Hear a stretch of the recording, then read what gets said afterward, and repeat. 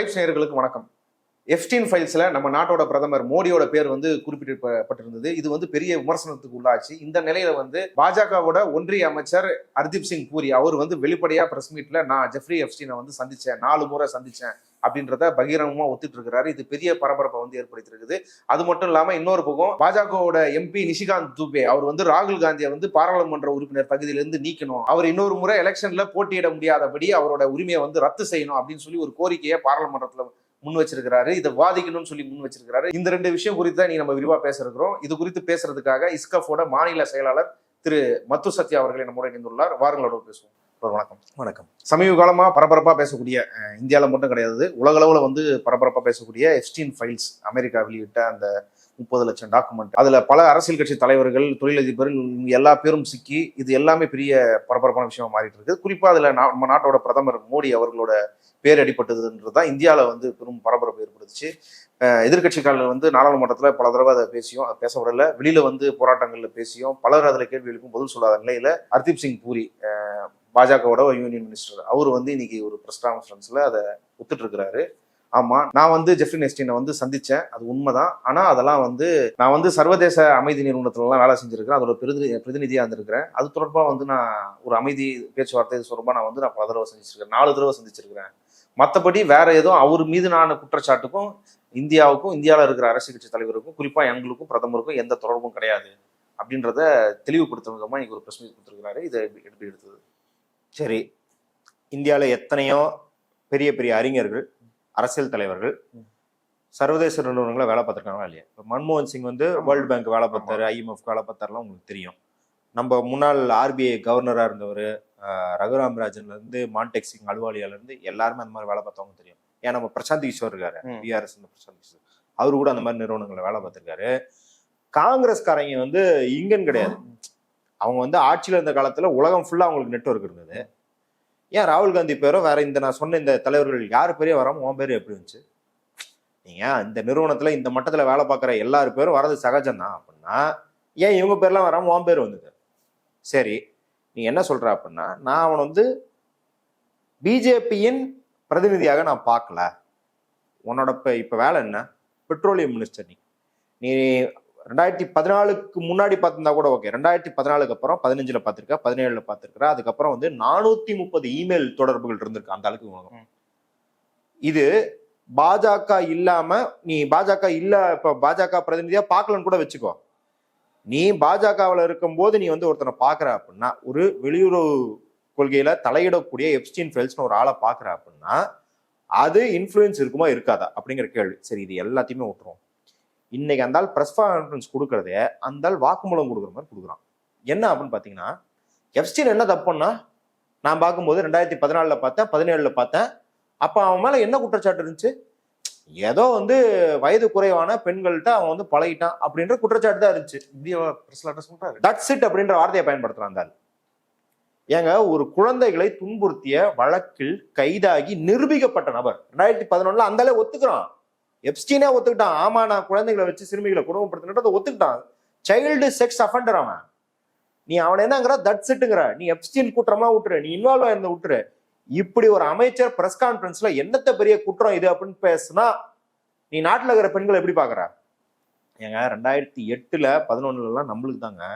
2003லே vanity fair அப்படிங்கிற ஒரு பத்திரிகைக்கு ஒரு நிருபர் விசாரிக்கும் போதே, ஒரு பத்திரிகை நிருபர் விசாரிச்சு இவனை பத்தி ஸ்டோரி பண்ணணும் போதே, அவன்கிட்ட வேலை பார்த்த பெண்கள்கிட்ட எப்படியெல்லாம் தப்பா நடந்துக்கிட்டான்றது பத்திரிகை துறையில வந்துருச்சு அப்பயே. அப்ப நீங்க இன்டெலிஜென்ஸ்லாம் வச்சிருந்துருக்கீங்க.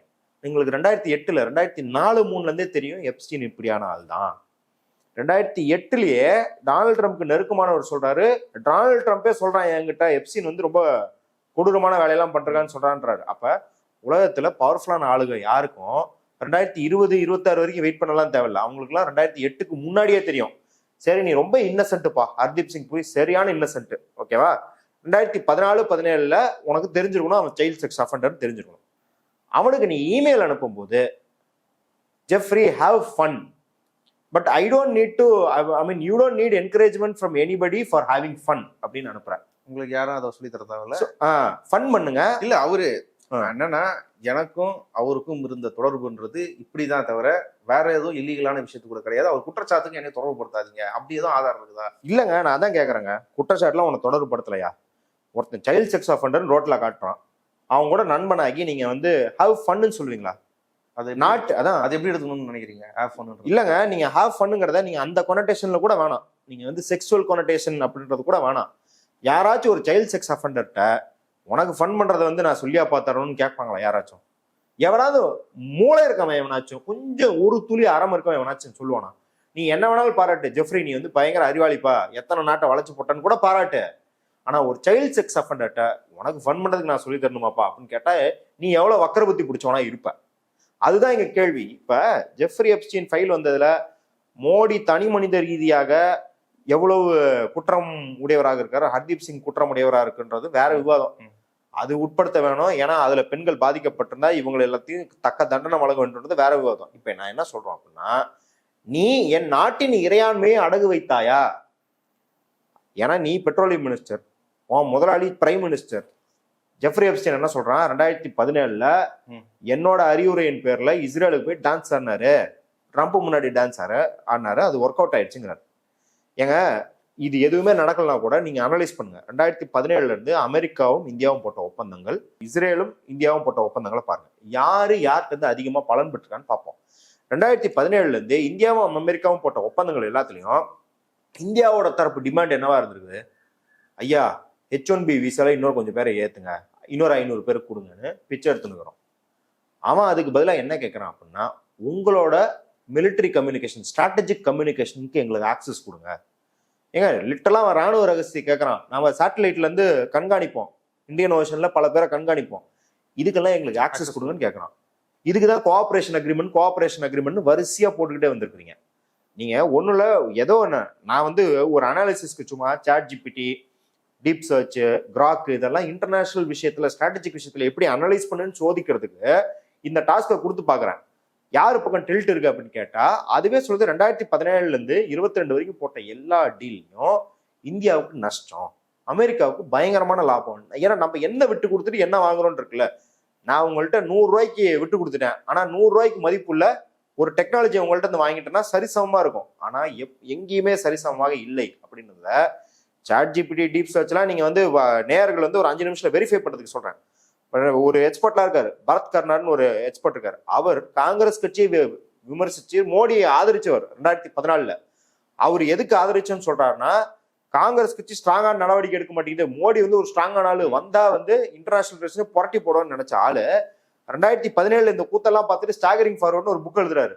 அதுல சொல்றாரு, நம்ம வந்து இங்க இருக்கிற யாரு மோடி தலைமையில இருக்கும் ஆட்சியில இருக்கிற இந்த ஃபாரின் சர்வீசஸ் ஆளுங்க, IFS ஆளுங்களாட்டும், மினிஸ்டர் ஆஃப் எக்ஸ்டர்னல் அஃபேர்ஸா இருக்கட்டும், இவன் பசங்களுக்கு ஹார்வர்டு, ஏல் அந்த மாதிரி முக்கியமான யூனிவர்சிட்டியில சீட்டு வாங்குறதுக்கும் இவன் குடும்பத்தை போய் அங்க செட்டில் பண்றதுக்கும் நம்ம நாட்டு இறையாண்மையை ஒவ்வொரு டீலையும் பறி கொடுத்துருக்காங்கன்னு சொல்றாரு. அப்ப இதையெல்லாம் வச்சு பார்க்கும்போது, இந்த பின்புலத்துல வச்சு பார்க்கும்போது தான் எப்ஸ்டீன் ஃபைல்ல அவன் குறிப்பிட்டிருக்க 2017 நடந்த சந்திப்பு, நீ இந்தியாவை அனில் அம்பானிக்காகவும் அதானிக்காகவும் வித்திருக்கிற. ஏன்னா 2017க்கு அப்புறம் ஆரம்பிச்ச நெகோசியேஷன்ஸ்ல தான் 2020க்கு அப்புறம் உனக்கு வந்து ஹெய்ஃபா போர்ட்டை வந்து அதானிக்கு வாங்கி கொடுத்துருக்காங்க. அப்ப இதெல்லாம் பின்னணியில தான் பாக்குறோம். நம்ம வந்து இப்ப அமெரிக்கால வந்து அதானிக்கு எதிராக வந்து வழக்கு நடக்குது. அது எந்த வருஷத்துல இருந்து பண்ண குற்றச்சாட்டுகள் நடக்குது? எல்லாமே 2014 கோடு வச்ச மாதிரி நடக்குது. எப்ஸ்டீன் சொல்றான். நான் தான் சொல்றேன், வேற எந்த அரசியல் தலைவரும் இல்லையா இந்தியால இருந்து, நீ மட்டும் கரெக்டா போய் மாட்டிருக்குன்னா அப்ப உன்னதான்ப்பா சந்தேகப்பட வேணும். சந்தேகப்படணும் அப்படிங்கிறத தாண்டி இந்த மீட்டிங்ல நீ 4 முறை மீட்டிங் போனன்னு சொல்லிடலாம். என்னன்னு ஓப்பனா பேசு, என்ன பர்பஸ், அதுல ஜெஃப்ரி எப்ஸ்டீன் நீ என்ன வாங்கின? அதாவது இந்த நம்ம ஊர்ல வந்து பத்ரி சசாத்லாம் வீடியோ போட்டிருக்கான். என்ன அப்படின்னா எவ்வளவு ராஜதந்திரியா அங்க போயிட்டு மோடி வந்து அனில் அம்பானியை வச்சு கரெக்ட் பண்ணிருக்காரு. சரிரா, அதாவது எவ்வளவு பெரிய தியாக மனப்பான்மை உடையவர்னா நாட்டு நலனுக்காக ஒரு கொடியவனோட டீல் பேசியிருக்காரு. இதுல நீங்க ஆக்சுவலி ஜெஃப்ரி எப்ஸ்டீன் மாதிரியான ஒரு காம கொடூரனை, ஒரு கொலை குற்றவாளிய ஏன் சவகாசம் வச்சுக்கிட்டாருன்னு கேட்கறத விட, அப்படி ஒரு ஆள் கூட சவகாசம் வச்சாதான் தேசத்துக்கு நலன் அப்படின்னா அதையும் செய்ய தயாரா இருந்திருக்காரு பாரு மோடின்னு பாக்கணும். அப்ப இந்த நாட்டோட வந்து எக்ஸ்டர்னல் அஃபேர்ஸ் டீல் பண்றவங்க, பியூரோக்ராட்ஸ், இவங்க யாரும் வந்து வேலைக்கு ஆகாதவங்க. அது ஒரு பக்கம். மோடி அரசாங்கம் தெளிவா சொல்லட்டுமே, ஜெஃப்ரி எப்ஸ்டீனால் நகர்த்தியதில் நாட்டுக்கு இந்த நலன் வந்துச்சுன்னு சொல்ல சொல்லுங்க. வீடியோ போடுறான்ல, இந்த மாதிரி பொறுக்கிங்களை சொல்லுங்க. அவங்க சொல்றாங்களே, அதாவது இஸ்ரேல் மீதான பார்வையே இந்தியாவுக்கு இப்போ மாறி இருக்கு. வெறும் வந்து பாலஸ்தீன் ஆதரிச்சிட்டு இருந்த இந்தியா இதுக்கப்புறம் தான் அந்த மீட்டிங்க்கு அப்புறம் தான் வந்து இஸ்ரேல் சரியான நிலைப்பாடா இஸ்ரேலுக்கு வந்து ஆதரிச்சிருக்கு. என்ன பண்ண சைனாவை வந்து ஓரம் கட்டி இருக்குது அமெரிக்கா கூட சேர்ந்து. என்ன பண்ண 2 லட்சம் கூலி தொழிலாளர்களை இங்க இருந்து பாலஸ்தீனியர்களை ரீப்ளேஸ் பண்றதுக்கு இங்க இருந்து அனுப்பிச்சு வச்சிருக்க. அவன் போய் அங்க எப்படி இருக்கான், ஈரான் வந்து குண்டு போட்டோன்னே இந்தியர்களை எல்லாம் ரயில்வே ஸ்டேஷன்லயும் சப்வே ஸ்டேஷன்லயும் படுக்க வச்சிருக்கானுங்க. அந்த பங்கருக்குள்ள கூட அலோவ் பண்ணாம நாயை விட கேவலமாக மதிச்சிருக்காங்க இந்தியர்களை. இங்க இருந்து அடிமாட்டு கூலிக்கு நீ இஸ்ரேலுக்கு உழைப்பாளர்கள் அமைச்சிட்டு அங்கிருந்து நீ என்ன வாங்க? தனிப்பட்ட முறையில போனவங்க கிடையாது அவங்க. ஏங்க இது ஒரு டீல் போட்டிருக்காங்க, மோடியும் நேத்தன்யாவும் டீல் போட்டிருக்காங்க. இந்த டீல் படி நாங்க இங்க இருந்து உங்களுக்கான லேபர் ஃபோர்ஸ் வந்து சப்ளை பண்ணுவோம்னு பேசியிருக்கிறாங்க. அது மட்டும் இல்லாம அங்கிருந்து நீ என்ன பண்ண, பெகசஸை வாங்கி இங்க இருக்கிற போராளிகளை கண்காணிக்கிறதுக்கு பயன்படுத்தின. அப்ப இவனுங்க 2 பேரும் சேர்ந்து கூட்டாக எதில் கூட்டாக இருப்பது, அவன் வந்து அங்க இன அழிப்பு செஞ்சுக்கிட்டு இருக்கான். பா சூப்பர்ரா அப்படின்னு இங்க ஆதரவு தரத்துறது. ஒரு ஆர்டிகல் வந்துச்சு எப்ப, அக்டோபர் 7, 2023 அந்த இது இன அழிப்பு தொடங்குச்சு. இஸ்ரேல் வந்து காசால இன அழிப்பு தொடங்குச்சு. அந்த 1 மாசம் முடிஞ்சோடனே சர்வதேச நிறுவனங்கள்லாம் ஒரு ஆய்வு பண்றாங்க. எந்த நாட்டில இருந்து அதிக அளவில் பாலஸ்தீனர்களுக்கு எதிரான பொய் பிரச்சாரங்கள் ஆன்லைன்ல பரவி இருக்குன்னு பார்த்தா இந்தியாவில தான். அதுவும் டெலிகிராம் ஆப்ல இருந்து எங்கெங்க இந்தோனேஷியா, பிலிப்பைன்ஸ், பங்களாதேஷ், ஆப்கானிஸ்தான் இங்க இருக்கிற வீடியோலாம் எடுத்து இதெல்லாம் பாலஸ்தீனியர்கள் பண்ண குற்றமாக மடை மாற்றி மார்க் பண்ணி வீடியோ டெலிகிராம் ஃபுல்லா பரப்பிருக்கானுங்க. இந்த நாயங்க இதைத்தான் பங்களாதேஷ்ல நடக்கிற வீடியோ, ஆப்கானிஸ்தான்ல நடக்கிற வீடியோலாம் என்ன பண்ணுவாங்கன்னா எடிட் பண்ணி காசியாபாத்தில் நடந்தது, உத்தரப்பிரதேஷ், மத்திய பிரதேசத்தில் நடந்ததுன்னு இஸ்லாமியர்கள் மீது வெறுப்பு பிரச்சாரம் பண்ணுவானுங்களே. இதுல இந்த இந்தியாவோட சங்கி எக்கோ சிஸ்டம் இஸ்ரேலுக்கு முழுக்க வேலை பார்த்துச்சு. அப்ப இப்படிதான் ஒத்திசைவு இருக்கும் இல்லையா? இதனால நீ வந்து என்ன சைனா ஓரம் கட்டின? சைனா தாண்டா உங்களையெல்லாம் ஓரம் கட்டிட்டு இருக்கான். சைனா வந்து எந்த அளவுக்கு வளர்ந்துகிட்டு இருக்கான் அப்படின்னா, அமெரிக்காவுக்கு பயந்து தான் சைனா பக்கம் போகாம எல்லாரும் இருந்தானுங்க. 2 வாரத்துக்கு முன்னாடி இமானுவேல் மக்ரோன் பேசுறாரு, பிரான்ஸ் நாட்டு இமானுவேல் மக்ரோன் பேசுறாரு, ஏன் சைனா இங்க வந்து இன்வெஸ்ட் பண்ணா என்ன தப்பு, நம்மளும் அவங்களும் வந்து தொழில்நுட்பம் சேர்ந்து வளர வேண்டியதுதானே அப்படின்னு பேசுறாரு. ஆஸ்திரேலியன் ஸ்ட்ராட்டஜிக் இன்ஸ்டியூட் ஒரு இன்ஸ்டியூட் ஒரு அறிக்கையை ரிலீஸ் பண்ணுது. உலகத்துல 64 டெக்னாலஜி தான் ப்ரிடாமினன்டான டெக்னாலஜி. இந்த 64 டெக்னாலஜி யார் கைக்குள்ள வச்சிருக்காங்கன்ற பேசிஸ் தான் உலகமே அவங்க கைக்குள்ளதான் இருக்கும். 64ல 57ல முதல் இடத்துல சைனா இருக்கான், 7 இடத்துல தான் அமெரிக்கா இருக்கான். 2003 இந்த நிலைமை இல்ல, 2003 அப்படியே பிளிப்பு, அமெரிக்கா தான் முதன்மையில எல்லாம் இருந்தா, சைனா அப்பதான் உள்ள வரான் ஆச்சா. இன்னைக்கு சைனா 57லயும் அமெரிக்கா 7 இருக்கான். இந்தியா எவ்வளவு தெரியுங்க, முட்டையில இருக்கு. 2003லயும் முட்டையில இருந்தது, இப்பயும் முட்டையில இருக்கு. பத்ரி சுசாத்ரி சொல்ல வேண்டியதுனா ஏன் இந்தியா முட்டையில இருக்குது? அதான் இஸ்ரேல் அமெரிக்காவோட சேர்ந்து நட்டு கிழிச்சு விட்டாருல மோடி. யார் கூட சேர்ந்து?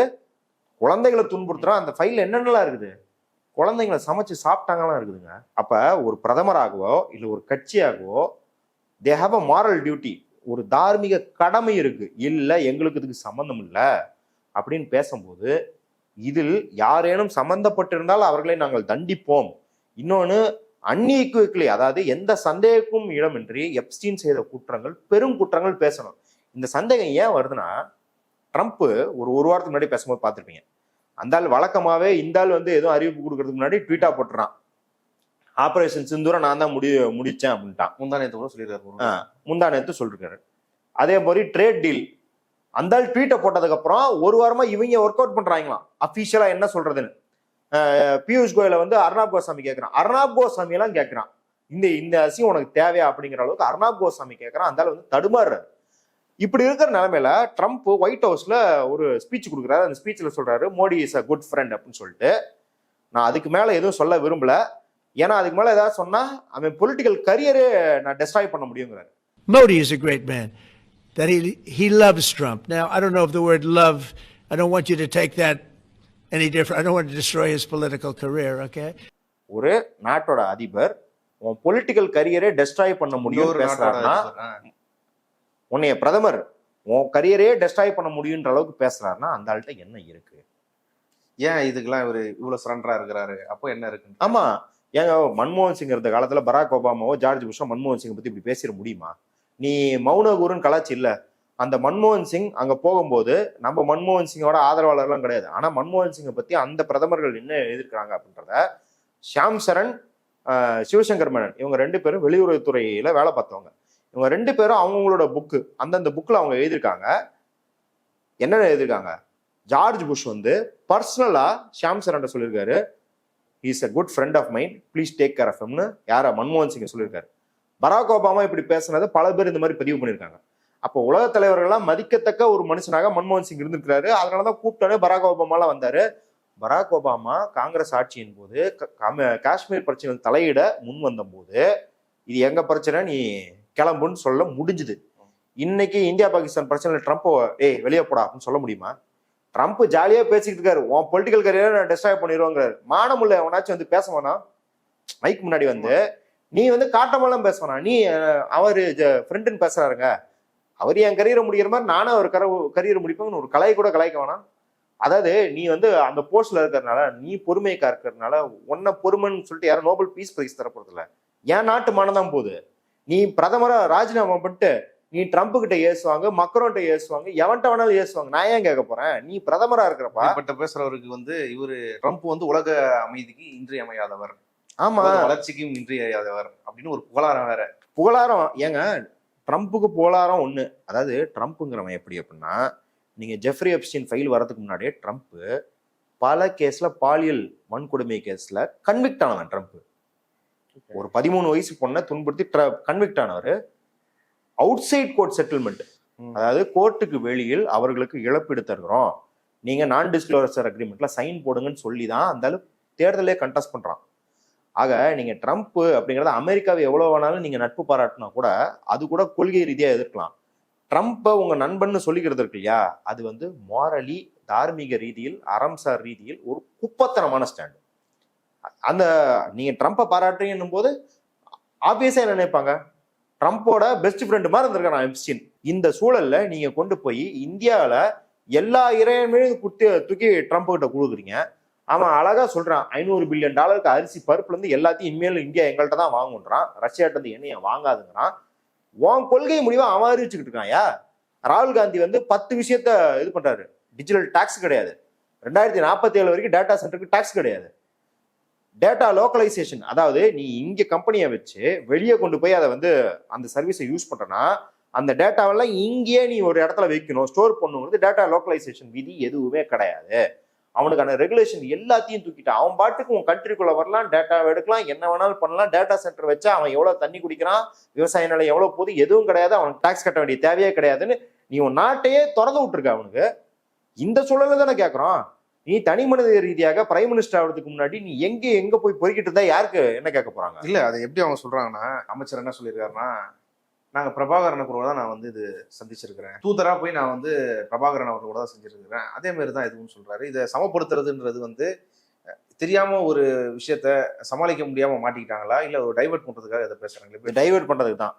அதாவது நீ வெளியுறவுத்துறை கொள்கைக்காக ஒரு தூதராக போய் பிரபாகரன்றவர் மட்டும் இல்ல, எத்தனையோ போராளிகளை பார்த்திருப்பில்ல, அரசு சாராக இல்ல அரசை எதிர்க்கும் பிரதிநிதிகள் நீ பார்த்திருப்பில்ல, அப்புறம் நீ ஏன் பின் பாயிண்டா பிரபாகரன் சொல்ற? அதாவது அவர் இலங்கை அரசு நடத்தும் ஒரு இன அழிப்பை, ஒரு இனத்துக்கு நடத்தும் அநீதியை எதிர்த்து போராடியவர்.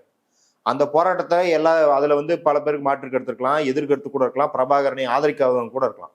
ஆனா அந்த ஒரு போராடியவர், ஒரு போராளிங்கிறவரை கொண்டு போய் நீ வந்து இவ்வளவு கேவலமான காம செயல்களை பண்ணிருக்கிற எப்ஸ்டீன் கூட நீ வந்து ஒப்பிடுற அப்படின்னும் போதே உனக்கு என்ன தெரியுது? உன் இன்டென்ஷன் வந்து கிளியரா தெரியுது.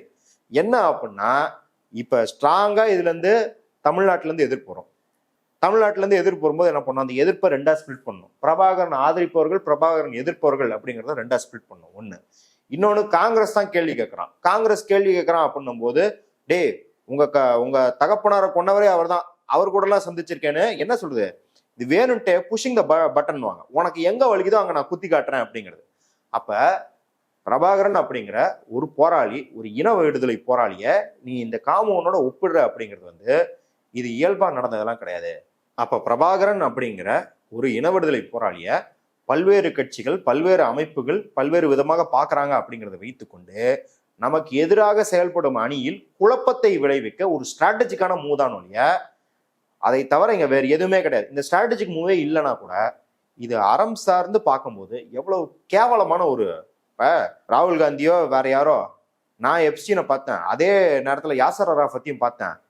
இதெல்லாம் வந்து குற்றம் சொல்ல முடியுமா அப்படின்னு கேட்டா அது எவ்வளவு பெரிய அயோக்கியத்தனமா இருக்கும். ஏன்டா யாசர் அராஃபத் எப்ஸ்டீன் உனக்கு ஒண்ணா அப்படின்னு. அதே போலதான் பிரபாகரன் எப்ஸ்டீன் ஒண்ணா உனக்கு. இந்த மாதிரியான ஒப்பீடுகள் பாஜக இதை மிக சுலபமாக பயன்படுத்துகிறது. இதே ஒப்பீட்டை ஒரு காங்கிரஸ்காரோ ஒரு திமுக காரோ இல்ல கேரளால சிபிஎம்ல பினராயி விஜயனோ சொல்லிட்டு போயிட முடியுமா? முடியாது. இந்த ஊடகங்கள் நம்மளுக்காக வேலை பார்ப்பாங்க.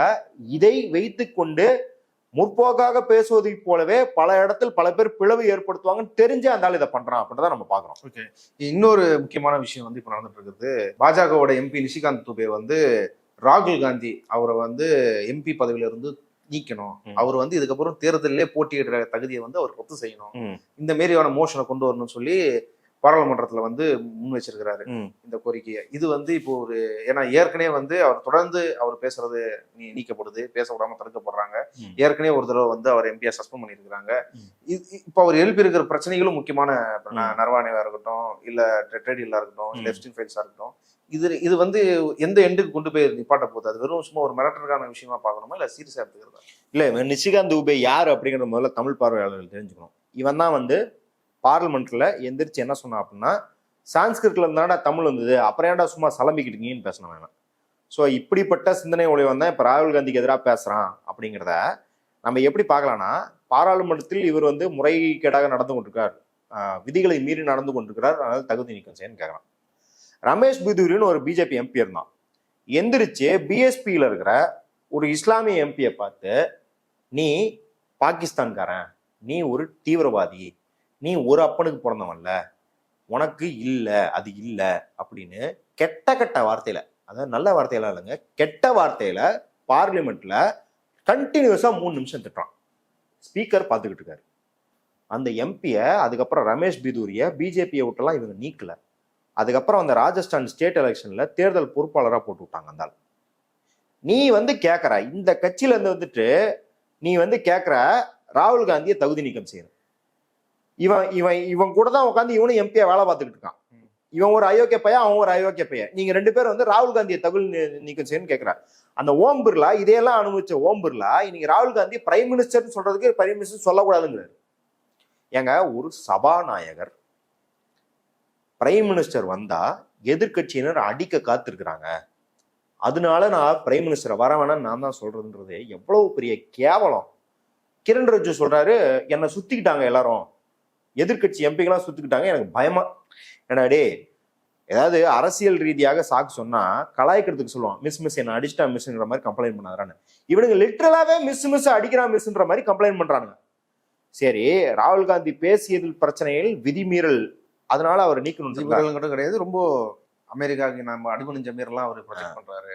அதாவது இதே பாராளுமன்றத்தில் ராகுல் காந்தியை விமர்சிக்கும் போது தாக்கூர், மினிஸ்டர் தாக்கூர், யாரு கரூர் விஷயத்துல வந்து முதல்வருக்கு வந்து தமிழ்நாட்டில் சட்டம் ஒழுங்கு எங்கே போனதுன்னு கருதுனால அந்த தாக்கூர் சாதி பிரச்சனையை பத்தி ராகுல் காந்தி பேசுறாரு அப்படின்னும் போது எந்திரிச்சு தன்னோட சாதி என்னன்னு தெரியாதவன் தான் இந்த மாதிரி பேசுவான்னு பேசினான். வட இந்தியால அதுக்கு என்ன பொருள்னு தெரியும். அதாவது நம்ம ஊர்ல என்ன நினைப்போம்னா, என்னடா சாதி இல்லைன்னா என்னடா அர்த்தம். பேசிக்கலி வட இந்தியால சாதி தெரியாதவனா யாரும் தெரியுமா சொல்லுவாங்க, அப்பம்பேர் தெரியாதவன் தமிழ்நாட்டுல வந்து ஒரு வசைவு இருக்கு இல்லையா, அதைத்தான் இந்த ஆள் பேசுறான். ஏன்னா உங்களுக்கு உங்க சாதி தெரியல அப்படின்னா, ஏன்னா இவனுக்கு தான் அப்பா பேர் சாதி பேர் எல்லாம் பின்னாடி போட்டுக்குவானுங்கல்ல, அந்த மாதிரி.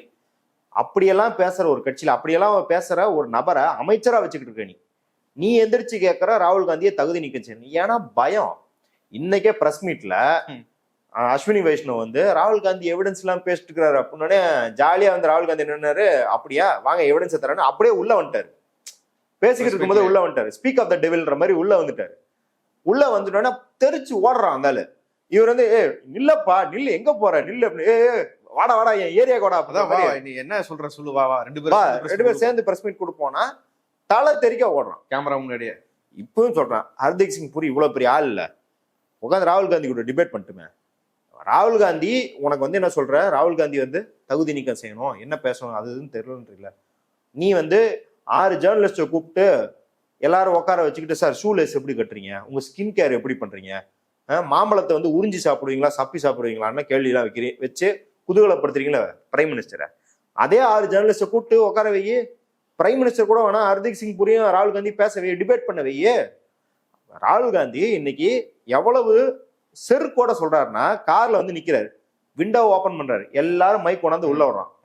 சொல்றாரு, நீ வந்து பாஜகவால எம்ப்ளாய் பண்ணப்பட்டவன் கிடையாது, அவன் உனக்கு வேலை தரல, கொஞ்சமாச்சும் ஜேர்னலிஸ்ட் மாதிரி நடந்துக்கோங்கன்னு வெளிப்படையாவே திட்டுறாரு.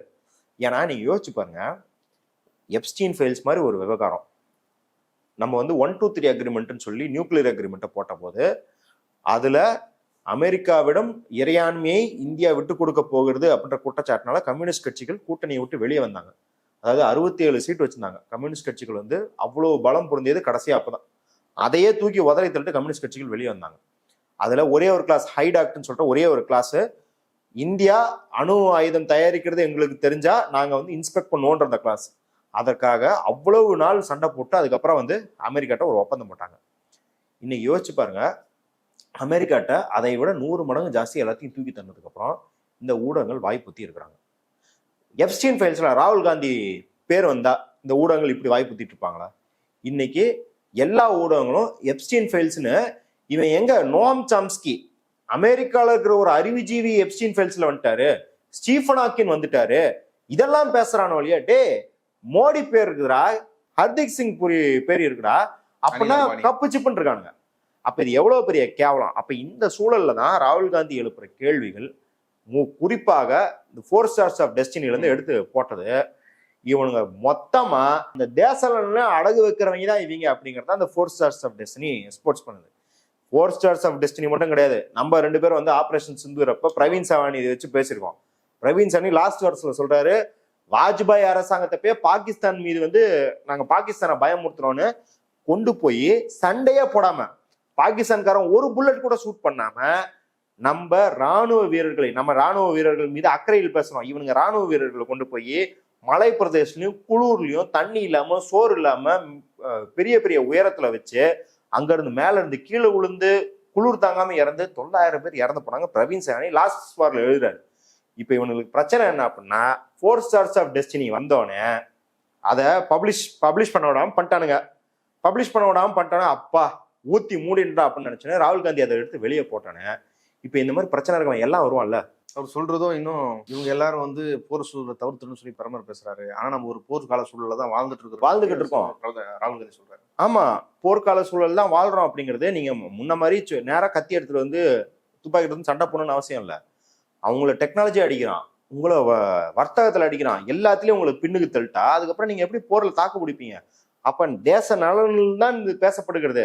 இந்த 4 ஸ்டார்ஸ் ஆஃப் டெஸ்டினி வெளியே வந்தா இதே போல பல பேர் குமுறல் வச்சிருப்பாங்கள, அதெல்லாம் வெளியே வந்துச்சுன்னா என்ன பிரச்சனையாக போகுதுன்னா, பதறி அடிச்சுக்கிட்டு ஏற்கனவே நம்ம பார்த்திருக்கோம், ஹிண்டன்பர்க் வந்த போது இதே தான் பண்ணானுங்க. அதை விட இன்னும் மோசமான லெவல்ல ஆணிவேரான தேசபக்தியிலே கை வைக்குது. ஏன்னா இவனுங்களுக்கும் தேசபக்திக்கு சம்பந்தமே கிடையாது. பிரிட்டிஷ்காரர் இருந்தபோது அவனுங்க காலனைக்கு பிழைச்சவனுங்க. அதுக்கப்புறமும் பைனாக்குலருங்க, மிலிட்ரிக்கு வாங்குற ராணுவ வீரர்கள் பயன்படுத்துற பைனாக்குலர்ல ஊழல் பண்ணி ஜெயிலுக்கு போனவன் பங்காரு லட்சுமி, பிஜேபி செக்ரட்டரியா இருந்தவர் அந்த ஆளு. அப்ப அப்படி ஒரு கட்சி வரலாறை வச்சுக்கிட்டு நீ தேசபக்தியின் பாடம் எடுக்காத அப்படின்னு எல்லாத்தையும் அம்பலாடுறாங்கல்ல. இதுதான் இவங்களுக்கு பெரிய பதட்டமாகுது. இப்ப வேலை என்னன்னா, இப்ப நம்மள மாதிரி எல்லாரும் இதை பத்தி பேசணும், எல்லாரும் இவனுங்களை அக்கௌண்டபிள் ஆக்கணும். ஹர்தீப் சிங் பூரி பதவி விலகினாத்த மட்டும்தான் இது முதல் ஸ்டெப். பதவி விலகினா தீர்வு வராது. ஏன்னா இவனுங்க என்ன லூட்டி அடிச்சானுங்க, என்ன மாதிரியான கேவலமான வேலைகள்லாம் பார்த்தாங்க, அதனால எவ்வளவு பேர் பாதிக்கப்பட்டாங்கன்னு நம்மளுக்கு தெரியுது. ஆனால் அந்த பதவி விலகுறது ஒரு முதல் படியாக இருக்கும் அப்படிங்கிறத நம்ம பார்க்கறோம். இவ்வளவு நேரம் இந்த பல்வேறு விஷயங்கள் குறித்து உங்க கருத்துக்களை பகிர்ந்து கொண்டதுக்கு நன்றி.